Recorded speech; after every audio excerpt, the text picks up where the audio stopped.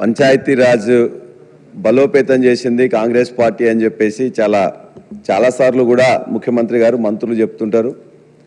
ఇవాళ మేమందరం కూడా సర్పంచులకు చేయట్లేదని చెప్పేసి చివరి సంవత్సరంలో 2023 సంవత్సరంలో అనేక సర్పంచులను హైదరాబాద్ తీసుకొచ్చేసి మొత్తం కూడా చేసింది ఆనాటి కాంగ్రెస్ ప్రభుత్వం. మేమందరం కూడా నిజంగానే అనుకున్నాం, రాగానే వాళ్ళందరికీ ఏదో మద్దతుగా ఉండి చేస్తారు కదా అని చెప్పేసి. అధ్యక్ష, మా జనగామ నియోజకవర్గంలో 8 మండలాల్లో 127 గ్రామాల్లో ప్రతి సర్పంచ్కి దరిదాపుగా మొత్తం కలిస్తే ఇలా 45 కోట్ల రూపాయల బిల్లులు పెండింగ్ ఉన్నాయి. అధ్యక్ష, ఈ 12 నెలల కాలంలో ఒక్క రూపాయి కూడా రాలే. బచ్చన్నపేటలో ఒక చిన్న గ్రామం గంగాపురం అని ఒక దళిత మహిళ ఉన్నారు.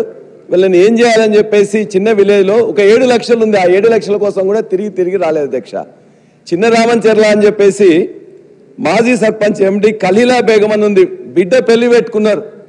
దాదాపుగా 25 లక్షలు పెండింగ్ ఉన్నది. మొత్తం కూడా వాళ్ళ ఇంట్లో ఉన్న బంగారంగా అది కూడా పెట్టుకున్నారు. కుదవబెట్టడానికి ఇలా లేని పరిస్థితి. అదే బచ్చన్నపేటలో ఇంకోటి నాగిరెడ్డిపల్లి అని చెప్పేసి కూడా, అంటే ఏ గ్రామమైనా ఉంది అధ్యక్ష, నాగిరెడ్డిపల్లిలో భవానీ అని చెప్పేసి వాళ్ళ ఇల్లు కూడా కుదవబెట్టుకున్నారు. ఒకరు బంగారం కుదవబెట్టుకున్నారు. అధ్యక్ష, మేము చేయలేదని చెప్పేసి మీకు అధికారం ఇచ్చిండ్రు. మీకు అధికారం ఇచ్చినప్పుడు మీరు ఇస్తా అని చెప్పిండ్రు.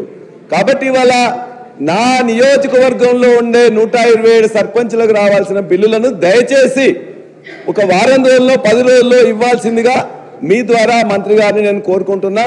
వాళ్ళ ఇంట్లో పెళ్లిళ్ళకు కానీ మిగతా కార్యక్రమాలు కానీ వాళ్ళు చేసే పరిస్థితి లేదు. అందరూ కూడా సగం మంది మహిళా ప్రతినిధులు ఉన్నారు. అందరూ కూడా పేదవాళ్లే, మధ్యతరగతికి తక్కువ ఉన్న వాళ్ళు. అధ్యక్ష, రెండోది, వారు సార్ చెప్పారు, ఈ బిల్లుల కోసం మిగతా వాళ్ళందరూ కూడా ఇలా సెక్రటరీకి లేకపోతే మిగతా దగ్గర పిలిపిస్తే 4 గంటలకే వచ్చి అరెస్ట్ చేస్తున్నారు. అధ్యక్ష, ఇప్పటికి 4 సార్లు 5 సార్లు కూడా వాళ్ళందరినీ మహిళల్ని పొద్దున 4 గంటల వాళ్ళకి కల్లాపు చల్దామని చెప్పేసి అంటే పోలీసు వాళ్ళు ఆనాడు రజాకారులకు ఆ సమయంలో కూడా ఇంత యొక్క నిర్బంధం లేదు. అధ్యక్ష, మహిళా పోలీసులు లేకుండా మహిళా మాజీ సర్పంచ్లని ఇవాళ అసెంబ్లీ ఉన్నట్టు అధ్యక్ష, అంతకంటే ముందు రోజు అరెస్ట్ చేసి లోపల పెడుతున్నారు.